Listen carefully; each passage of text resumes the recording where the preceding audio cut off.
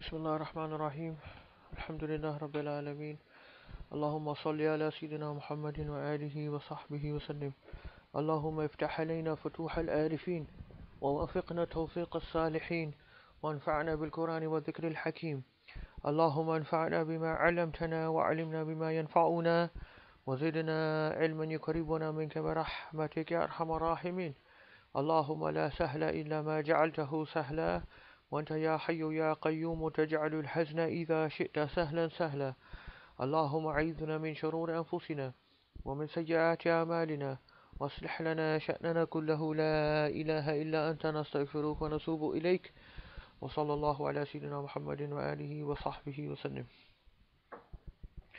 وبعد فقال الإمام حجة الإسلام الغزالي رحمه الله ونفعنا به وبكم.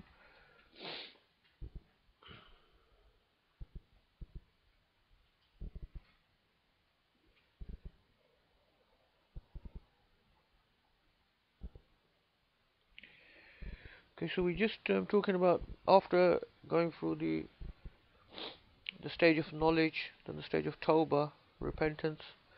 We're on the third stage now, which is the four obstacles that may hinder someone's progress after making the step of Tawbah to Allah subhanahu wa ta'ala. And we're on the first one of those, which is the distractions of the love of this world. And Imam al-Ghazali rahimahullah, he says,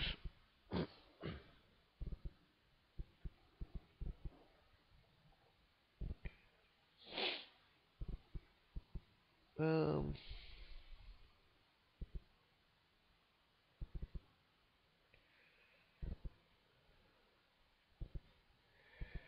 فإن قلت كيف يمكن أن تصير الدنيا في شهواتنا ولذاتنا العجيبة المطلوبة عند إنسان بمنزلة النار أو بمنزلة الجيفة المستحيلة والبنية بنيتنا والتبع تبعنا. So this is, after last week he was mentioning that with the people of Allah subhanahu wa ta'ala, this dunya, this world, the pleasures of this world and this world is like the hellfire to them. Partaking from excessively from the pleasure of the world, for them is like plunging into the hellfire. But could you just see what so he says, if you were to ask, how is this possible that this world, the dunya, bearing in mind the nature of our shahawat, our desires, these natural desires that Allah subhanahu wa ta'ala put in us, how can it be that then you can say that this world becomes like the fire to them, or becomes like a dead rotting body to them? Because bearing in mind human nature and human, the fact that all human beings have these desires towards these pleasures of the world. How is that possible? So it says, فَاعْلَمْ أَنَّ مَنْ وُفِقَ التَّوْفِيقَ الْخَاص وعلم آفاتها وقدرها في أصلها تصير عنده كذلك. He says, know that the person who has been given a very special tawfiq from Allah subhanahu wa ta'ala. So these people are the khawas. These people are not ordinary believers. These people are people who are really of strong iman. People who have really come close to Allah subhanahu wa ta'ala. So this tawfiq al-khas, they've got. For these people, they come to know the true nature of this world, the true nature of this dunya, its afat, its dangers, and its qadr, and how debased and how filthy it is in reality. They come to see that reality with a spiritual sight. For them, this world becomes like that. It becomes like that. وإنما يتعجب من هذا الراغبون العميان من عن عيب الدنيا وآفاتها. Only people would find this difficult to understand are those people who are desirous of this world and who are blind to the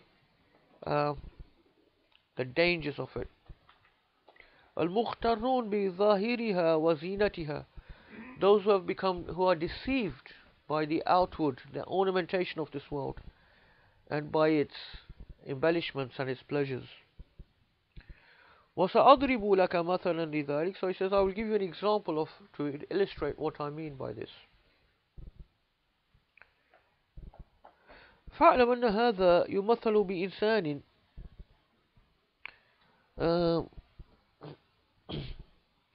صنع خبيصا بشرائطه من السكر وغيره ثم طرح فيه قطعة سم قاتل. This is the example of this, or the example of this is like a man who cooked a dish, a particular dish which is called khabisan. Khabis. I don't know what it is in English. But it's a particular dish he cooks, a sweet dish, and he fulfills all the conditions of the recipe and everything with the sugar and all the other ingredients, and then he puts in a drop of poison. He puts in a drop of poison. فأبصر ذلك رجل ولم يبصر آخر. There's two people that this dish is going to be served to. One of them has seen the man put the poison in. The other man has not seen him put the poison in. ووضع الخبيث بين أيديهما أو مزينا مزخرفا. So this dish is then put in front of them, and it's a very attractive dish, looks very appetizing, and it's also very attractively presented. فالرجل الذي أبصر ما جعل فيه من السم يكون زاهدا في ذلك الخبث. Now the two men, one of them has seen the poison being put into this. He is not going to want to take from this dish. He's going to be zahid. He's going to abstain, because zuhud means to abstain from something. Yeah? So he's going to abstain from this dish. لا يخطر ببالي أن يتناول منه بحال البتة. He won't even dream of eating that, would he? Imagine yourself in that position. Someone has served you a really delicious dish, say a biryani for our purposes of khabis, yeah? A real delicious biryani is, be presented to you, fragrant, everything. But you've seen the person put poison in there. You wouldn't even think about eating that, yeah? No matter how good it looks, or how good it might taste. Yeah? ويكون ذلك عنده بمنزلة النار. It will be just like the fire for you, because it's going to kill you. بل أصعب, even worse than the fire. لمكان ما يعلم من آفته ولا يخطر بظاهره وزينته. Even more worse than the fire, because he knows what's going to happen, the danger of it, and he won't be deceived by the beauty and the attractiveness of the dish. وأما الرجل الآخر الذي لم يبصر ما جعل فيه اختر بظاهرة المزخرف بظاهره المزخرف وحرص عليه ولم يصبر عنه. As for the other man who had no knowledge of the poison in the dish, he is going to want to get that. He's going to want to eat it. He's going to be deceived by the beauty and the attractiveness of the dish. And he will not even be able to control himself. He will want to eat it. He won't be able to even have sabr and patience. وأخذ يتعجب من صاحب الزاهد فيه. He's going to think, why is this guy is not eating? He's going to feel this guy is strange, the one who's not eating the dish. Yeah? وربما يسفهه في ذلك. He may even say this guy is stupid. It's a beautiful, really delicious dish in front of us, and he's not eating from it. What's his problem? So this is a good example. You can see Imam Ghazali has made very clear here the example of the person who's partaking of this world and the pleasures of the world, and the one who's zahid, the one who's abstaining from excessive pleasures or unnecessary pleasures in this world. Remember, we mentioned last week, zuhud doesn't apply to those things which are necessary in the world. Yeah? So there are things which Sharia recognizes as necessities. So our basic food, clothing, shelter, and transport is considered in Sharia to be a necessity, you know. But this is talking about getting, trying to strive and trying to get those extra luxuries and pleasures of the world that aren't really necessary for us. So it's about just being pleased with what Allah subhanahu wa ta'ala has given. You know? As long as we have those necessities, we don't need to uh, waste time when we could be doing things which are bringing us closer to Allah subhanahu wa ta'ala in that time. Because that time is precious, you know, our time is very precious. The time we've been given is very precious. On Yawm al-Qiyamah in Jannah, the only thing people regret in Jannah is when they see other people much higher than them in Jannah. That's the only thing the people in Jannah will regret. That I could have spent more of my time worshipping Allah subhanahu wa ta'ala. I could have spent some more of my time getting to those higher levels. Why? Because in the higher levels of Jannah, what's one of the big differences is that on those higher levels of Jannah, there will be people who will have more frequent vision of Allah subhanahu wa ta'ala and meeting of Allah subhanahu wa ta'ala, which is the greatest and most beautiful gift the human being can be given, is to have the actual meeting and the vision of Allah subhanahu wa ta'ala himself.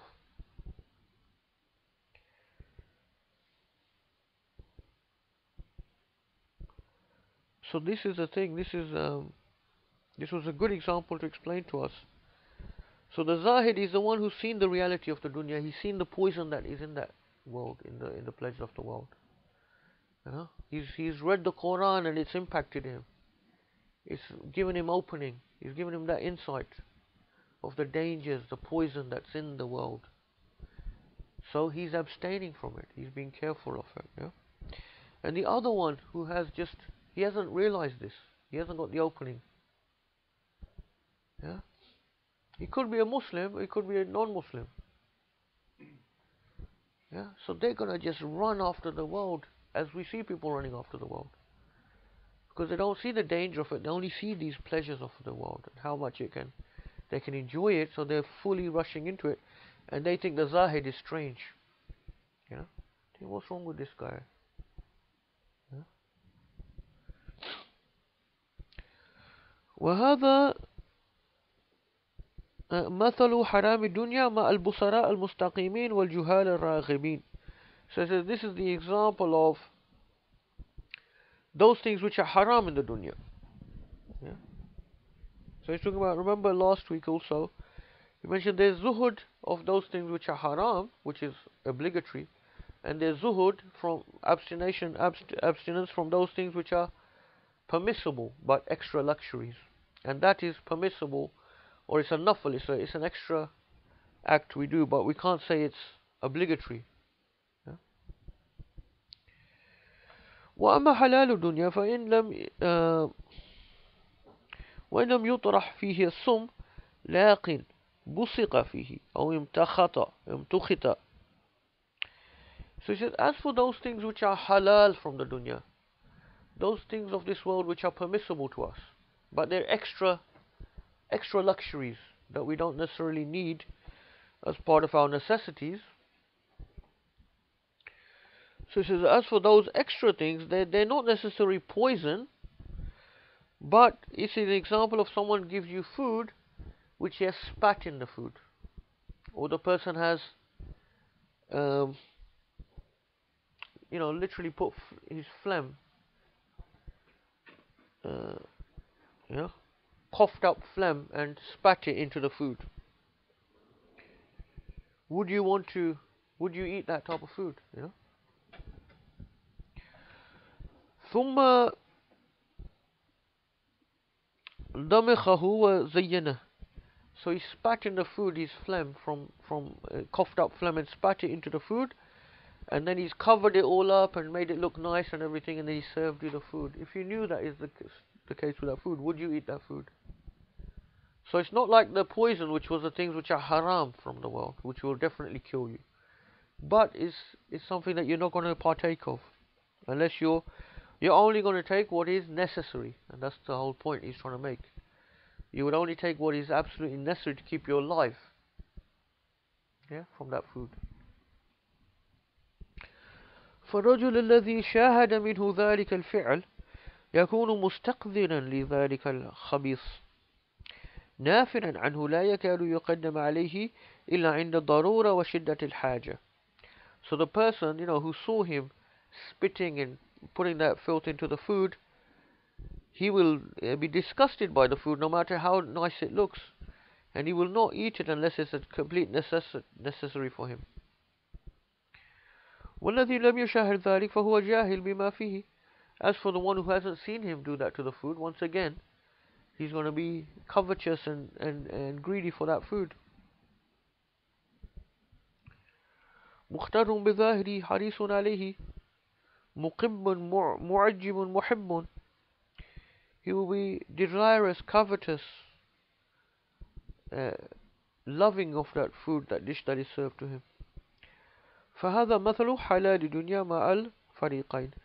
So this is the example of those things which are halal in the world, which are extra luxuries or extra superfluous, things that we don't really need, but they are halal for us. They are permissible for us. Yeah? So there's dangers in them as well, in other words.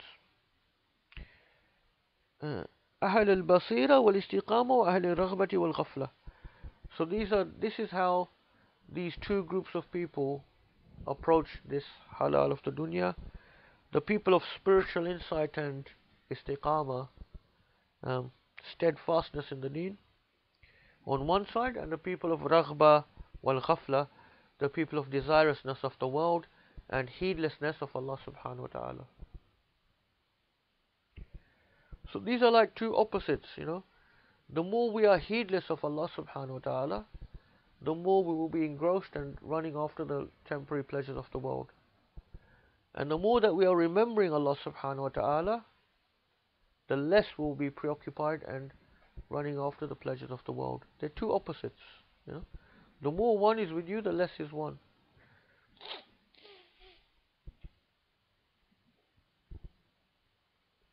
That's why it says in the Quran, Ya ayyuha alladhina amanu dhkuru Allaha dhikran kathira. Any more chairs there? Or no chairs? It says in the Quran, O you who believe, remember Allah very much. Remember Allah very much. And the Prophet ﷺ said, what does it mean, remember Allah very much? He says, remember Allah until people start saying you're insane. You can imagine how much that means, is to remember Allah subhanahu wa ta'ala in every time and every place. So we know from the Prophet ﷺ's own sunnah, for every action there's a dua. For every action there's a dua, a sunnah dua. So when you wake up, there's a dua you make straight away as soon as you open your eyes. When you get out of bed, you say Bismillah. When you, brush your teeth or do wudu or put on your clothes, all of them there is different sunnah dua for that.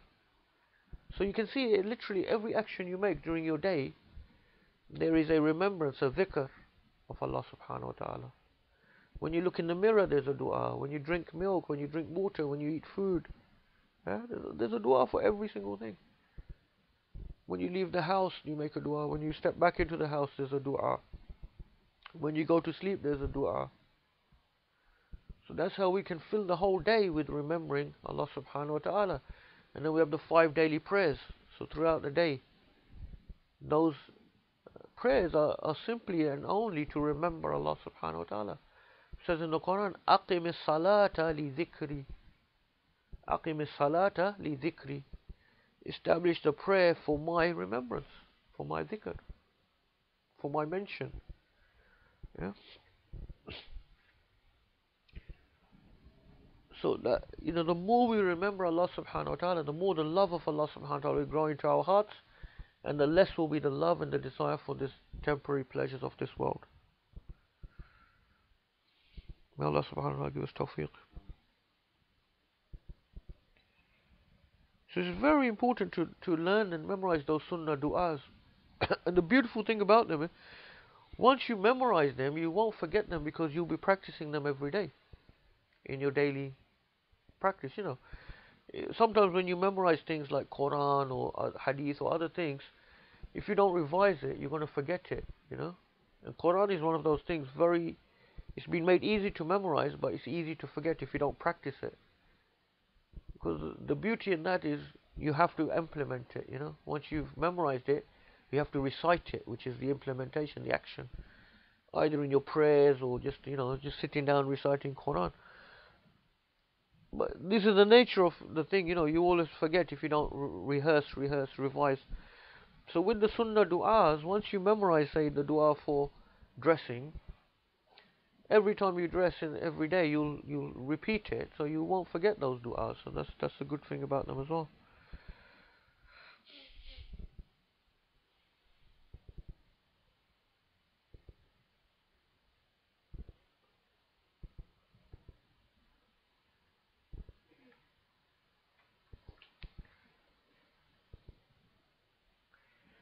So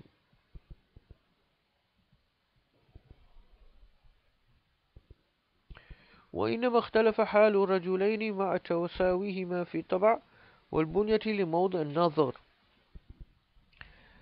What's the difference between these two people? The one who is desirous and running after the world, and the one who is completely treating the pleasures of the world as if they're a poison, or if they are a contaminated food. Even though they have the same nature, Allah subhanahu wa ta'ala has put the same desires in both.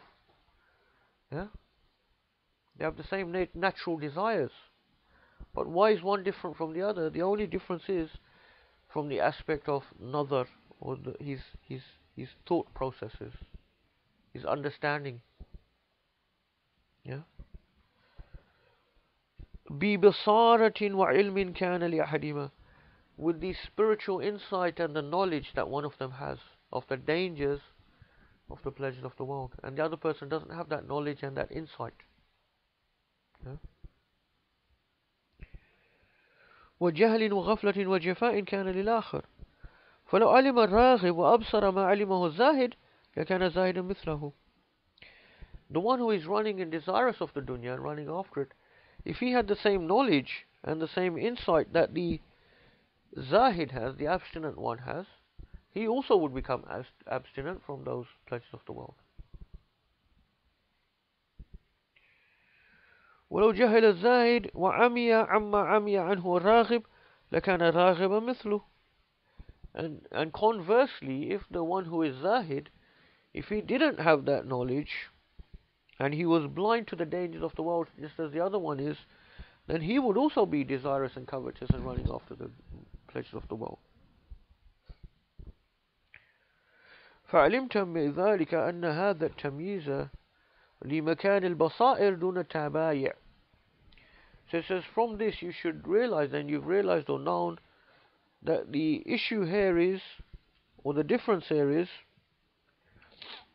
the difference here between the two is from the aspect of their insight into the nature of the world. And it's not to do with the difference in their natural desires. Allah subhanahu wa ta'ala has put the same natural desires in both people. You know, the desire for the appetites of the self, the shahawat, the appetites, they're the same in both people. Yeah? Now, obviously, with natural desires, some people can have stronger than others in different things as well. But everyone has those natural desires, you know.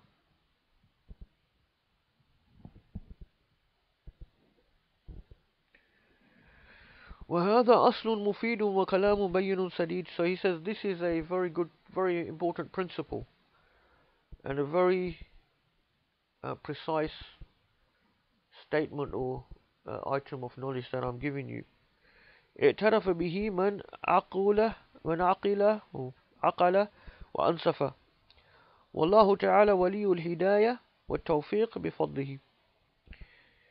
Anyone who thinks clearly and is ansafa, is just in his opinions, he will admit that this is true what I've said.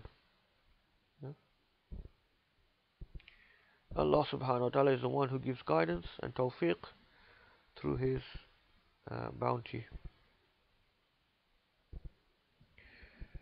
Also, I mean, we can add to that that the knowledge here is what is basara, is a spiritual sort of opening a knowledge, because Actually, many people can have knowledge of the dangers of the world, but still they run after those dangers, or they still run after those pleasures of the world, despite having the knowledge of the dangers of it.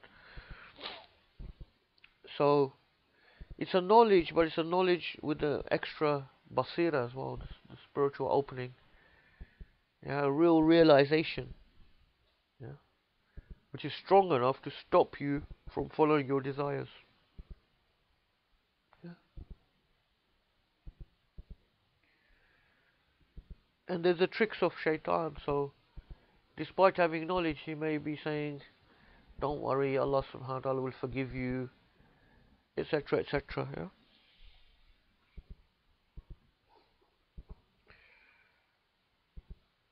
There's various different ways that shaitan will trick people. The other one is yes. So shaitan will say to you, "Look, you're not one of those people of Allah Subhanahu wa Taala. You're never going to get to that level. Just give up. You're just an ordinary Muslim. Just be an ordinary Muslim. Enjoy the pleasures of the world a bit here and there, and you'll be all right on Yawm al-Qiyamah." So he'll make you give up. He won't make you strive for that higher level. You know. So we should be careful there as well. All of us uh, can become close to Allah Subhanahu wa Taala. All of us can become people of Allah Subhanahu wa Taala. This is not shut off to anyone. Because in the hadith it says the one who makes one step towards Allah Subhanahu wa Taala, he takes many steps towards him. The one who walks to Allah, Allah runs to him, in metaphorically, of course. Yeah? So what we need to do is just make that effort, make that niyyah. And it's a beautiful journey that you take then. Because the journey you're taking is a journey to Allah Subhanahu wa Ta'ala. It's the most beautiful of journeys, the most pleasurable of journeys that anyone can make. So even if you feel you haven't come to the end, or close to the end, or you're struggling, the journey itself is a beautiful journey. The intention itself is an awesome intention that you have. And it's the best intention any human being can have. That I'm making this journey to Allah Subhanahu wa Ta'ala. I want to please Allah. I want to come close to Allah Subhanahu wa Ta'ala. Yeah? It says in the Quran, "Wasjud waqtarib." Wasjud waqtarib. Prostrate yourself, come close. Yeah? Prostrate yourself and come close. So that's the thing, to come close to Allah Subhanahu wa Ta'ala.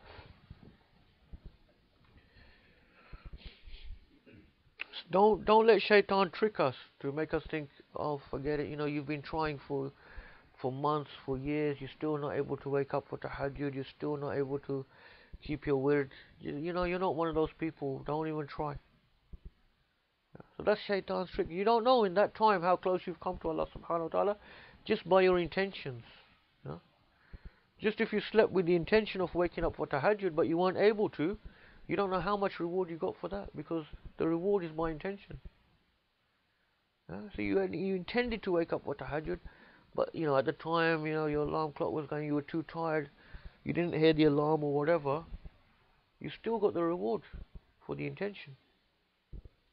Allah Subhanahu wa Ta'ala He loves to see the slave struggling or making that intention or trying to make some change.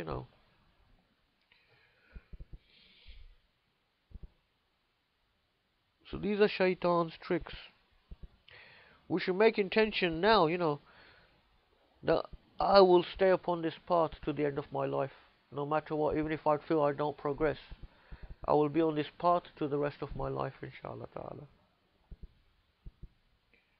Don't let shaitan make you give up.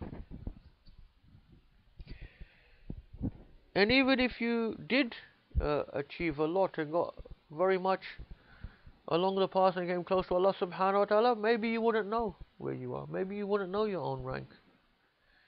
Maybe you would be even more fearful of Allah Subhanahu wa Ta'ala.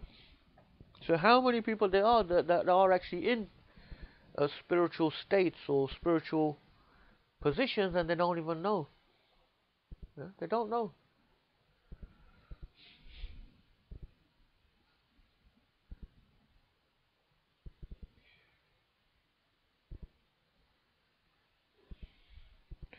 So this is the greatest journey that the human being can make, which is a journey to Allah subhanahu wa ta'ala. فإن قيل فلا بد من قدر من الدنيا ليكون قواما لنا فكيف نزهد فيها. So it says, next question someone may ask. Someone may say, look, it's necessary to have a certain amount of the world so that we can have, sufficient what we need to live in the world. So how can we then be abstinent? How can we be zahid in that? When we need the worldly things.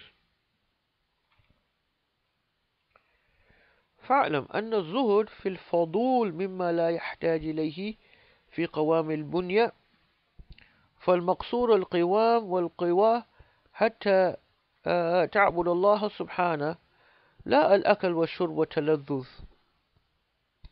والله تعالى إن شاء أقامها بشيء وسبب وإن شاء أقامها بغير سبب كالملائكة.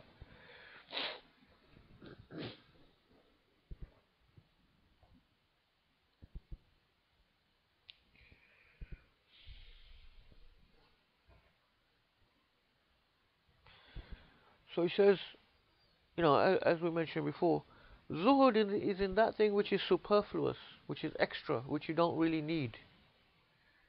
That's what the zuhud is. Not for the things that you actually need to sustain our bodies, to sustain our families, to sustain our shelter, obviously, things like that. That's not zuhud.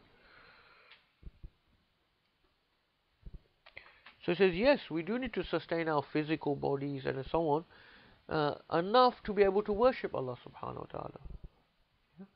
The highest form of worship, or the peak of worship, is jihad fi sabilillah. To struggle and strive with your wealth and your lives for the sake of the deen of Allah subhanahu wa ta'ala. How can we do that if we physically don't have the strength to worship Allah subhanahu wa ta'ala? Huh? Okay. So the intention when we partake of the worldly pleasures like eating, drinking, sleeping as well, etc., our intention should be to sustain our physical bodies, our mental health, for the sake of worshipping Allah subhanahu wa ta'ala, rather than having intention just for the pleasures of the eating and drinking and sleeping. So that's the fine distinction between those things.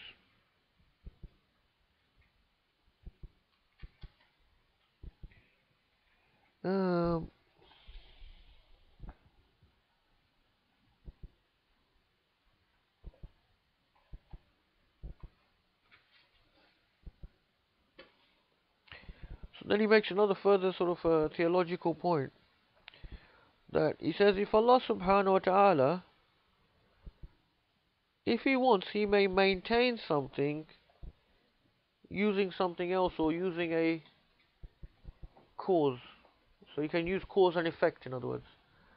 So for example, we want to maintain our body, we have to use the sabab, the means of eating and drinking, right? But if Allah subhanahu wa ta'ala wants, he can maintain something without any means as well, without any sabab. For example, with the malaika. And the malaika, their forms, their existence is preserved without needing any type of means to preserve it, sustenance. They don't eat or drink like human beings do to preserve or sustain their existence. So Allah subhanahu wa ta'ala, if he wishes, he can use means. If he wishes, he doesn't have to use means. Yeah? So it says, ثم إن كان بشيء فإن شاء فبشيء حاصل عندك. Now secondly, moving on from there, if Allah subhanahu wa ta'ala he wants to sustain something by a means,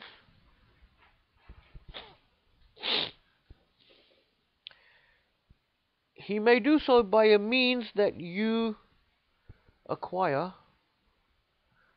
or he may do so by a means that you do not acquire. So for example, it says, فإن شاء فبشيء حاصل عندك أو بطلبك وكسبك وإن شاء فبشيء غيره يسببه لك من حيث لا تحتسب. In other words, you need sustenance for your bodies. So that's through a means. The means are the eating and the drinking. Allah subhanahu wa ta'ala can give you those means either by you going and earning them.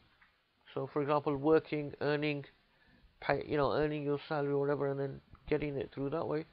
Or He may give you those means, the food and drink, or rizq, through ways that you don't expect. Yeah, He may give you it through ways that you don't earn yourself. So He just simply gives you the rizq, and you haven't done any work or anything to earn it or acquire it. Yeah.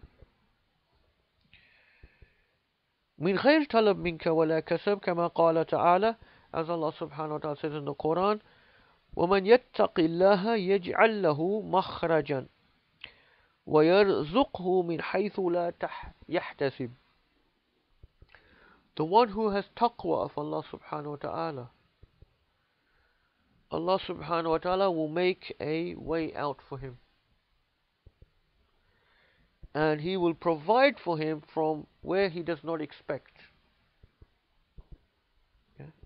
He will provide for him from where he does not expect. In other words, this is, the idea of tawakkul. If we trust in Allah subhanahu wa ta'ala, He will provide for us in ways we don't even need to earn or go through the normal means. Allah subhanahu wa ta'ala can provide for us directly through ways that we don't expect or we don't have to worry about. If we have the tawakkul, if we trust in Allah. So you can see the first part of the ayah gives the condition for that. The condition for being given this provision, وَمَنْ يَتَّقِ اللَّهِ, you have to have taqwa of Allah subhanahu wa ta'ala.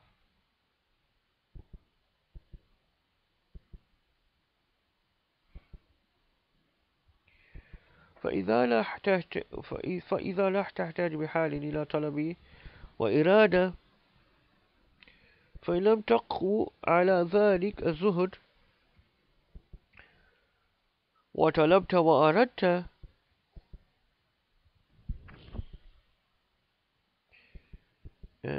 فانوي بذلك العدة والقوة على عبادة الله سبحانه دون الشهوة واللذة.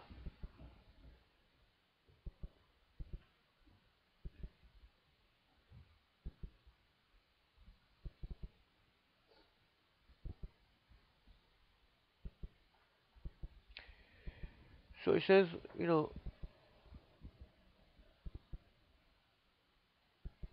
in reality, or at the highest level, you don't need to seek out the rizq, because the rizq is promised to you by Allah subhanahu wa ta'ala. Yeah? However, if you're not strong on that level, if you're not strong enough to put your full trust in Allah subhanahu wa ta'ala at that level, then, and you do seek and you do try to get, work for your rizq, then make your intention that you are simply strengthening and maintaining yourself for the worship of Allah subhanahu wa ta'ala, not the intention of having fulfilling our pleasures and desires. Yeah? So these type of trust in Allah subhanahu wa ta'ala we see in people like Sayyidina Abu Bakr, the peak of trust, the peak of the tawakkul come, where the Prophet ﷺ was exhorting and really exhorting strongly the Sahaba to spend in the path of Allah subhanahu wa ta'ala at that time, because they were trying to form an army to go and face the Romans. And at that time the Roman Empire was one of the two huge empires of the world at that time, and the Muslims were nothing more than one town in Medina. Yeah, but they were getting an army together to go and face the greatest empire of its time. Yeah, although many argue that the Persian Empire was more powerful and prestigious in history, but especially in the West, they make the Roman Empire out to be. But anyway, the point being, this small town of Medina was going to go and send an army against the Roman Empire. So you can imagine, this was a big, huge thing. And so the Prophet ﷺ was really exhorting the Sahaba, give, to finance this jihad fi sabilillah. So as you all know the story, Sayyidina Umar radiallahu anhu came with half of all of his wealth and belongings, half of it. and he left half for his family. But then Abu Bakr radiallahu anhu came with all of his entire wealth, all of his belongings, everything, and gave it fi sabilillah. And when the Prophet ﷺ said to him, what did you leave for your family? He said, I left for them Allah and His Messenger ﷺ. So that's what it means by just complete trust, complete tawakkul in Allah subhanahu wa ta'ala. And the Quran even says, the woman tawakkal, the one who trusts in Allah, فَهُوَ حَسْبُهُ, Allah will be sufficient for him. So once again, a condition, if you do trust in Allah subhanahu wa ta'ala, Allah will be sufficient for you. There's no other outcome. No, there's no other way that it can go. If you have the true trust in Allah subhanahu wa ta'ala, but that's a very high level of iman, a very strong level of iman. That's why Imam al-Ghazali said, if you're not on that strength of iman, then, do what you need to do, but then at the same time, don't make your intention to feed your pleasures. Similarly, another example, when Sayyidina Abu Bakr, when he was in his final illness, and they said to him, we'll bring a doctor, we'll bring the best doctor for you. And he says, the doctor has seen me, and he said that he will do as he pleases. Yeah, so he didn't see a doctor. So the fuqaha, they had extensive discussion. If you're ill, is it wajib to see a doctor, or is it mustahab? Yeah? Is it wajib, or is it actually just recommended to see a doctor? And some of them said it's wajib unless you have the iman of Abu Bakr.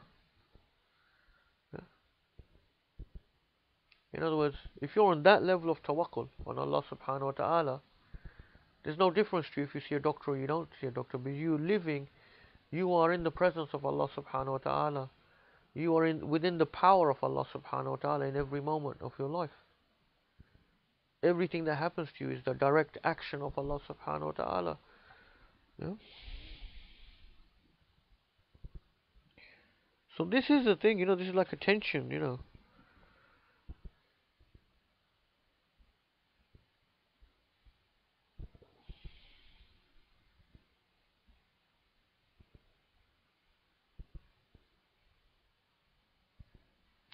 ولا يقدح في زهدك وتجردك sorry فإنك إذا نويت ذلك كان الطلب والإرادة منك خيرا وطلبا للآخرة بالحقيقة لا للدنيا.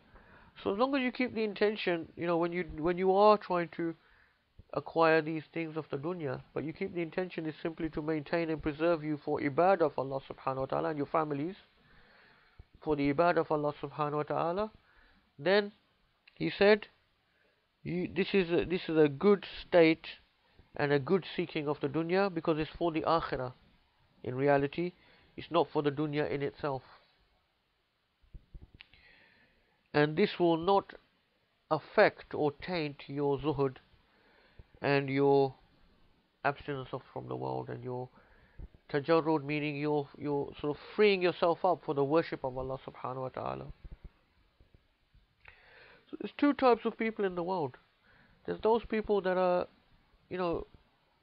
just running after the pleasures of the world and engrossed in preoccupied with the world itself, the hayatul dunya, and they do their minimum that they have to do, their obligations, their prayers or whatever, and they hope that they will be in a good state and in Jannah.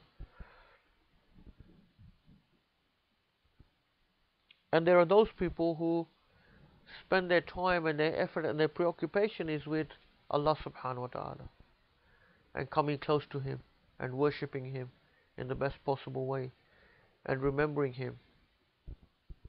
So there's those two types of people. There's no other state that you can be in. You're going to be one or the other. Yeah?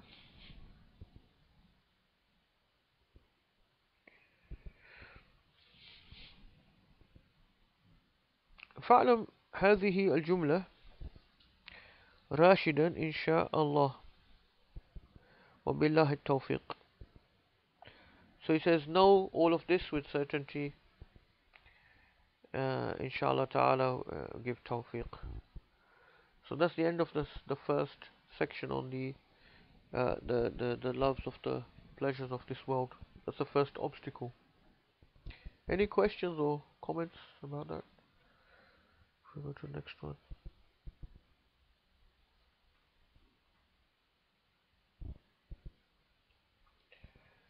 So there's four, this stage there's four obstacles that after someone has got knowledge and they've done tawbah, these are the four obstacles. The first one is just being distracted by the pleasures of the world.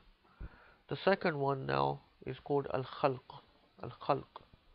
The second thing that can hinder us in our progress in purifying ourselves and coming closer to Allah subhanahu wa ta'ala is al-khalq here, meaning people. People.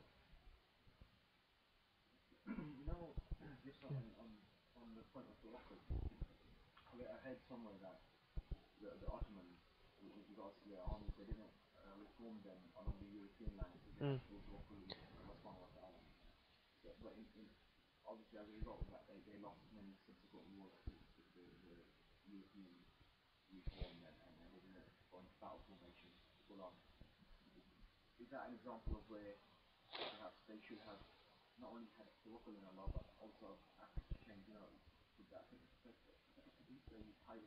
Mm. Yeah.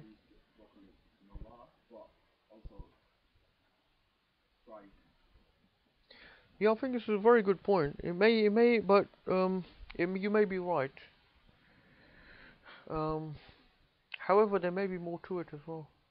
Because from what I also know of Ottoman history, the Ottomans were finally defeated in the First World War. When they sided with Germany against the Allied powers. So after the First World War, then Britain and France carved up the Ottoman Empire. But if you read the history of those battles, the Ottomans was still defeating the British a lot, and they were finally defeated when they managed to get the Arabs to rise up in revolt against them, against the Turkish Muslims. So this is something I've noticed when looking carefully at our history, the colonial period. Most of the time when the Europeans took over our lands, it was always by making Muslims fight Muslims, or getting different Muslims, or getting some Muslims on your side. Uh, and that is clearly, it says in the Quran, do not take the disbelievers as لا يتخذ المؤمنون الكافرين أولياء من دون المؤمنين. The believers should not take the disbelievers as protectors, protecting friends in preference to other believers. So you shouldn't side with disbelievers against believers, in other words. وَمَنْ يَفْعَلَ ذَلِكَ فَلَيْسَ مِنَ اللَّهِ فِي شَيْءٍ إِلَّا أَن تَتَّقُوا مِنْهُمْ تُقَاةً. Whoever does this, they have got no matter with Allah subhanahu wa ta'ala. So it's breaking a very fundamental rule of the Quran. Siding with disbelievers against believers is breaking one of the real core principles of the Quran, which is mentioned in many places in the Quran. That the believers, first and foremost, alliances with one another against disbelievers. Kuffar are all one group as far as we're concerned at that level. So I think there's maybe something in that as well. That they break that fundamental commandment of the Quran, you see. So then Allah subhanahu wa ta'ala give us defeat.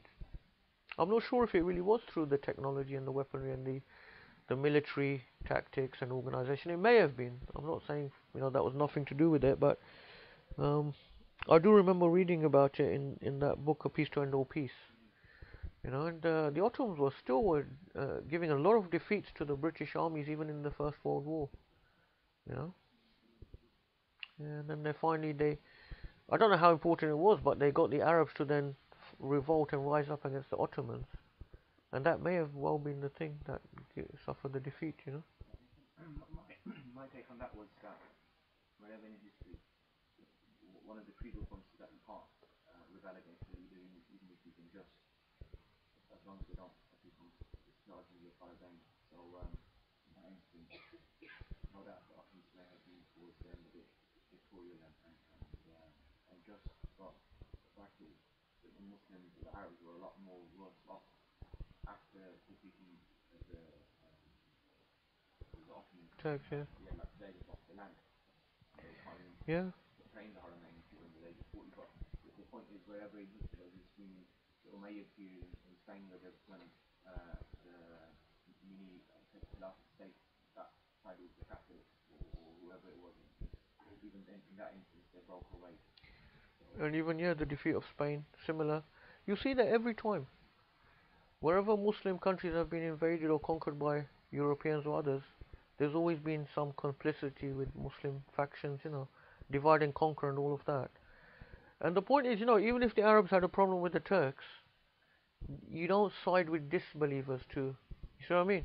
You deal with it amongst Muslims, amongst ourselves. Like with Sayyidina Ali and Sayyidina Muawiyah, the famous story, when they were at war with each other, but when the Romans offered to Sayyidina Muawiyah that we'll help you to defeat Sayyidina Ali, he said no. First, my cousin and I will get together and defeat you, then we'll settle our own differences. So that's the understanding of Sahaba, that yes, okay, mu'minun can fight, even it can come to swords sometimes. Even says that in the Quran, when two parties of believers fight, then try to make peace between them. So the Quran recognizes that can happen, and they're both referred to as believers when two parties of believers fight. But that's different to then, we settle it amongst ourselves. We don't side with the disbelievers. That's the key. That's the breaking of fundamental command of the Quran. And whenever that happens, then you're going to have consequences. So even if you look at the Mughals as well, similar things. They got Muslim to fight Muslim in the Indian Mutiny, which was a Muslim. When they tried to re-establish the Khilafah of the Mughal emperor in Delhi, and succeeded to do so.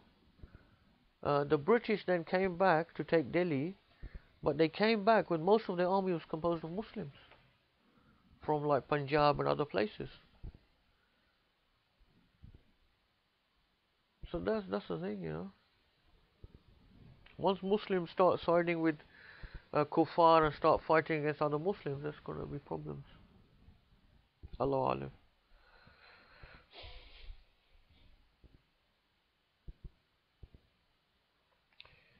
Alam. But there is another aspect to the end time, the Dajjal time and everything, and about Yajuj and Majuj as well. Allah Subhanahu wa Taala. I mean, it says, that Allah will send against you a type of people that no one will be able to fight. Yajuj or Majuj, no one will be able to fight them. So, there is this aspect of the age we live in where the type of weaponry that they have, that, America and her allies, they have type of weapons that are just unbelievable, like atom bombs, nuclear missiles, all these things could just they could destroy all the Muslims if they wanted to, with just a few bombs. That's the reality of it. So it's like that, it reminds you of that saying, that Allah will send against your people that no one will be able to fight towards the end of time.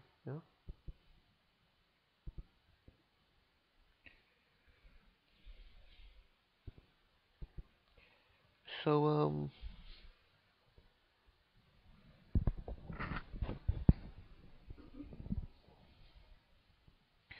in a case like that, when you face an enemy that have that type of potential power, then you don't fight them unless you have similar type of weapons. Yeah, you don't fight them. The Sharia doesn't say that you must fight in that situation. In fact, it will probably be forbidden. Whoever's the Amir or the commander of the Muslim, if he's facing that type of enemy that could literally destroy your whole people with a few bombs, you're not allowed to fight, because you have to think about the Muslims, the people, the Muslim people. You don't allow them to be all annihilated. Yeah? It's very clear in books of fiqh. It's not like something obscure or something. It's just very obvious, clear thing. and that's again in line, not only there's instances in the Prophet So, where the treaty of Hudaybiyah, yeah. which was unfavorable to the Muslims, but because Muslims are weak, it made more sense strategically. Well, in that case, yeah, I mean, Muslims weren't even that weak at that time. But yes, probably, well, obviously the Prophet ﷺ was guided by revelation anyway there. So, obviously, looking back on it, it worked out strategically better, of course, because it then allowed Islam to spread a lot. But, you know, the fact is he was guided by revelation at that time anyway. Um,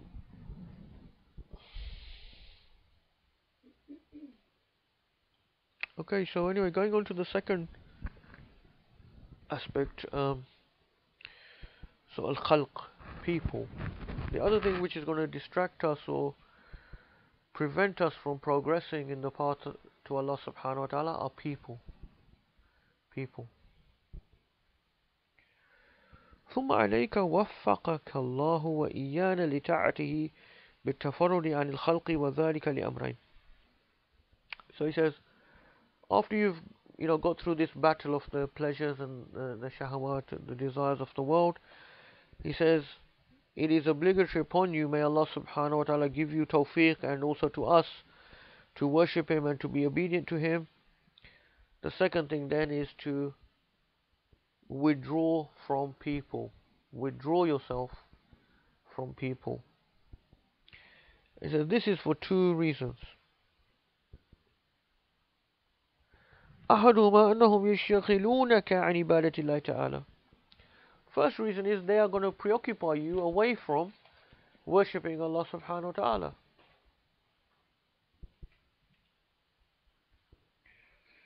على ما حكي عن بعضهم أنه قال مررت بجماعة يترامون وواحد جالس بعيدا منهم. It's narrated from one of the people of Allah subhanahu wa ta'ala. Once I was walking past a group of people, and there was one who was sitting separately far from them by himself.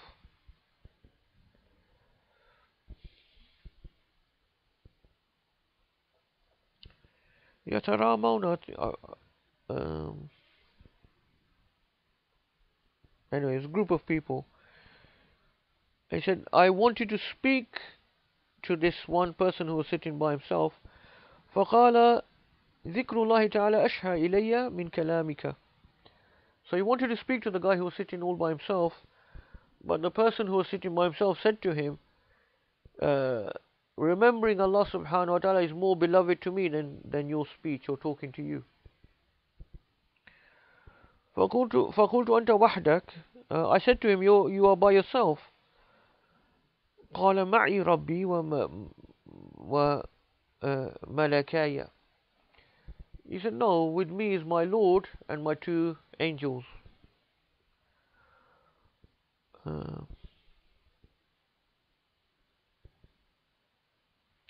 فقلت من سبق من هؤلاء. فقال من غفر الله له. I said to him, who is the foremost amongst these people?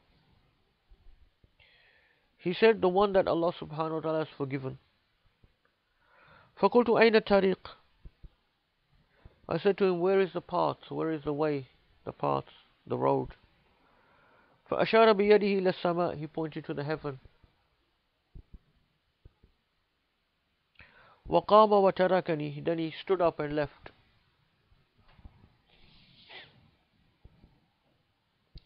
وقال أكثر خلقك عنك شاغل.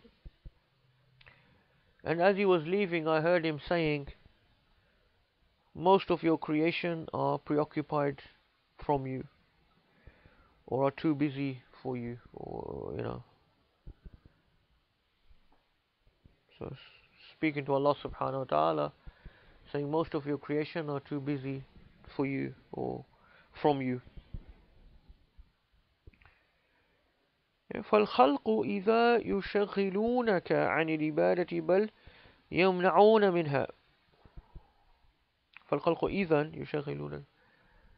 So people are going to preoccupy you, distract you from Allah subhanahu wa ta'ala, or in fact they will actually prevent you, they will stop you from remembering Allah and worshipping Allah subhanahu wa ta'ala.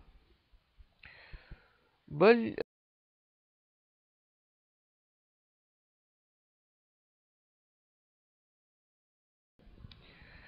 one of the points that Shaykh Hamza Yusuf mentioned about the hadith of Jibreel alayhi salam.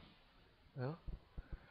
Everyone often mentions about hadith of Jibreel, which is one of the real foundational important hadith of our deen, because in the end of the hadith it says يُعَلِّمُكُمْ دِينَكُمْ. That was Jibreel who came to teach you your deen. So the deen, they say, is Islam, Iman, Ihsan. The three things, the questions that he asked. But people often forget there was a fourth part as well. Yeah?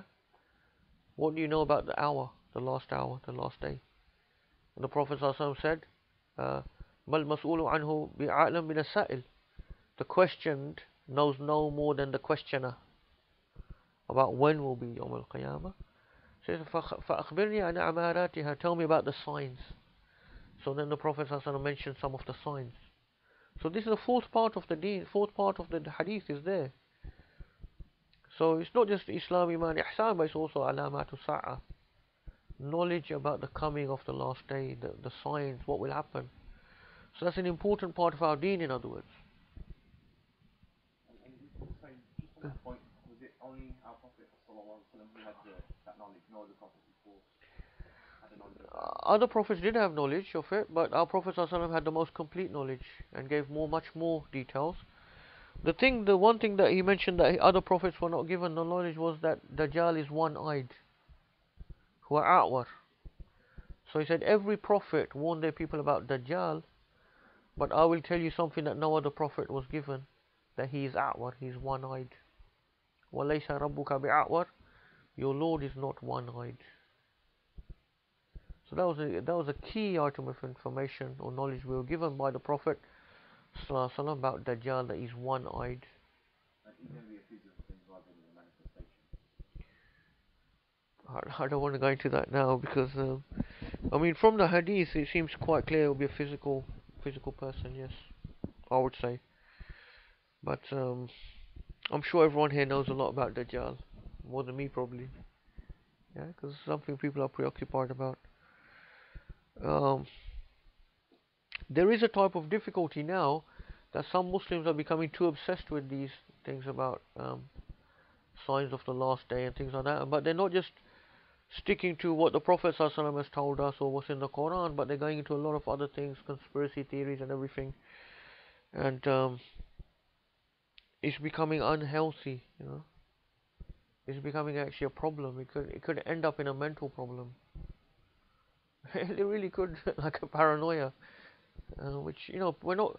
An interesting thing also once I heard from Shaykh Hamza is actually that's a sign of nifaq. It's actually a sign of nifaq. It mentioned in the Quran, they think that every shout is against them. You know, the munafiqeen actually, that's a sign of nifaq. They think every shout is against them. They're paranoid. So Muslims, you see so many Muslims getting into this state now. Everything that happens, oh, it's the Yahud, it's the Freemasons, it's this or that. Everything that happens, literally, you know, the Jews have done it. The Jews are behind everything that happens. They're not that powerful, trust me. Only Allah subhanahu wa ta'ala is that powerful, you know, to control everything. It's becoming excessive, you know. To be honest, we don't need to go into conspiracy theory to know what's happening in the world, because, you know, the plans for a one world government, they're quite open, and that's not conspiracy theory. You know, there's people that have been talking about a one world government for some time, some quite prominent bankers, some prominent thinkers in the West, people who have been saying that we should have the one world government. It should be run by business leaders, not politicians, because politicians are pretty corrupt and unable to run things properly. You can find these things are just you know, where policy is developed in Western nations, in America. Don't look at newspapers, because that's just, or newspapers or news channels, but that's just things that's fed to the public. But if you look at the actual, you know, foreign policy, Council of Foreign Relations is one of the main think tanks in America, which actually is responsible for foreign policy, long-term foreign policy of America. Look at their publications that are open. I mean, not conspiracy or anything. Just straightforward things, how they're thinking, what they're planning. It's not hidden. Um, but the things that are conspiracy, all this stuff about, hidden groups and organizations trying to do things. Why do we have to go into all of that anyway? You know, um, it's just enough to know what's actually is really happening. Just mentioning this because I have noticed an increase in interest. I mentioned, I think there was one brother in the masjid recently who was coming up to me and telling me all this stuff that's going to happen in 2012. And he's talking about people who worship the sun and everything happens in 12-year cycles or things like that. And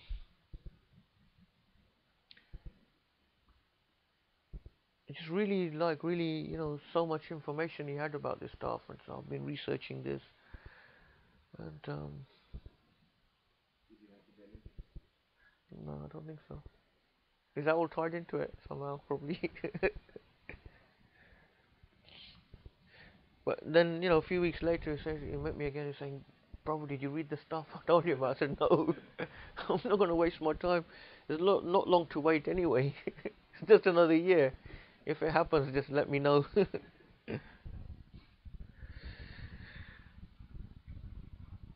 I'm not saying it's not. I mean, I myself have read about those things. I'm not saying it's not without interest.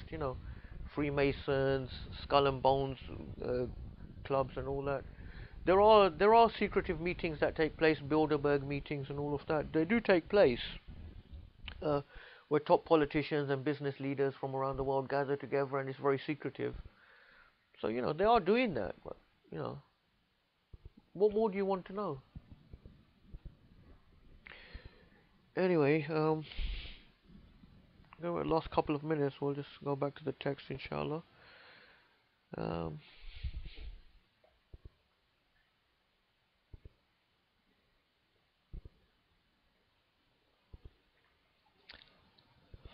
وأقبل نصيحته. Accept the nasiha of the Prophet ﷺ. ولا تشك, don't be in doubt. These are instructions from the Prophet ﷺ.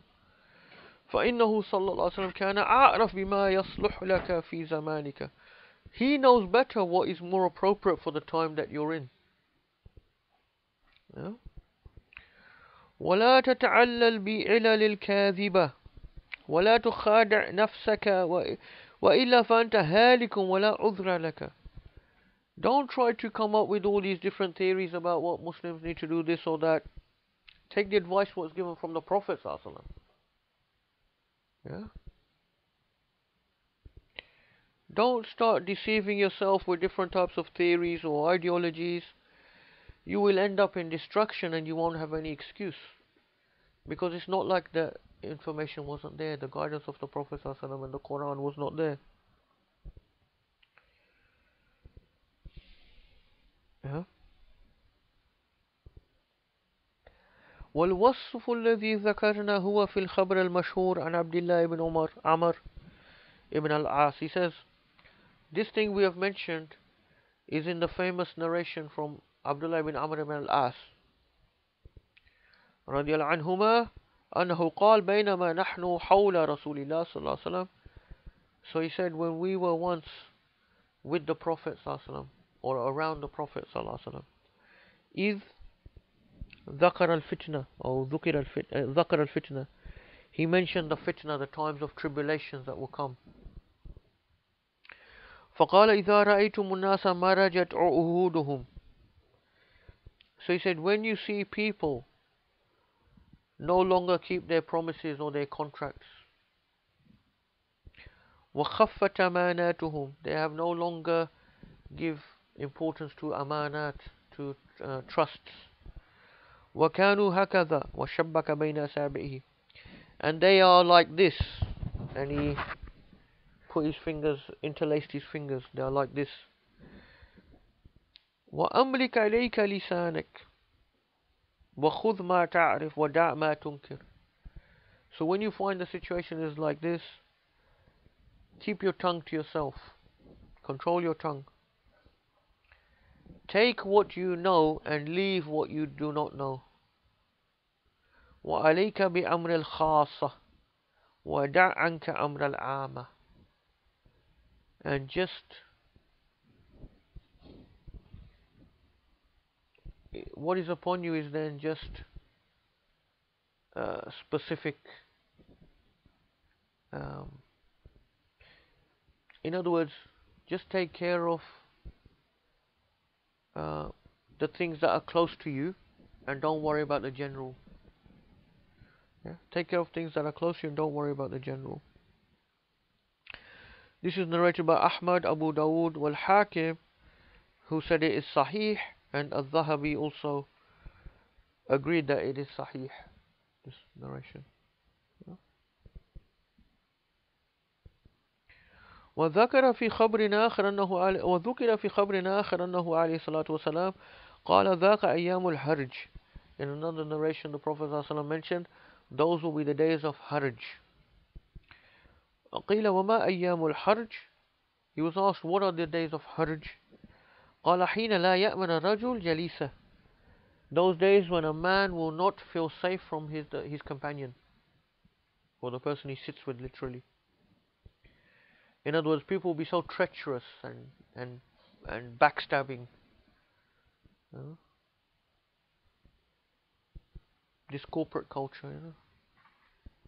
I hate to bring that in, but this is what they're training people to be. This is what they're saying you should be like that now. You know, in business, be ruthless, be backstabbing. Yeah? I was trying to prevent my daughters the other day from watching The Apprentice. Yeah? Because I said to them, these are the worst people. This is what you should never become like this. You know, they had a guy come on there saying, I am the most ruthless person or something like that. You know, so this is what they're proud about. They're, you know. So they're actually teaching people on that. You know, if your children are watching that, you know, these people are working together in a team, and then when they're in the next, then they have to like criticize and put each other down, and you know, literally like that. You can't trust the person you're working with. You know, if you want to get on in business, you can't trust the person you're working with, and that's what they're teaching. This is now a virtue.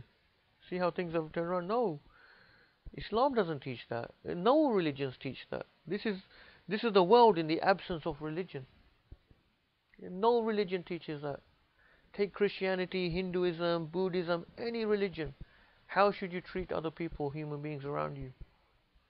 You know, this is why we can refer to this system, this world order, as a satanic world order, because it's in the absence of all religion, any religion. So it's simply Iblis has now got full reign of things. You know? When you take away religion, he's left to take things the way he wants. May Allah subhanahu wa ta'ala protect us and guide us in these difficult times. And may Allah subhanahu wa ta'ala give us understanding of the deep wisdom and the guidance that the Prophet ﷺ has left, and what is contained in the Quran. Let that be a guidance for us in all of our times and our ages until the day of judgment. Jazallahu anna Sayyidina Muhammad sallallahu alayhi wa sallam ma hu ahlu. Jazallahu anna Sayyidina Muhammad sallallahu alayhi wa sallam ma hu ahlu. Jazallahu anna Sayyidina Muhammad sallallahu alayhi wa sallam ma hu ahlu. Subhana rabbika rabbil izzati amma yasifun wa salamun ala al-mursalin alhamdulillahi rabbil alamin. Sorry, not trying to embarrass my daughters. They're going to tell me on the way home now. Why?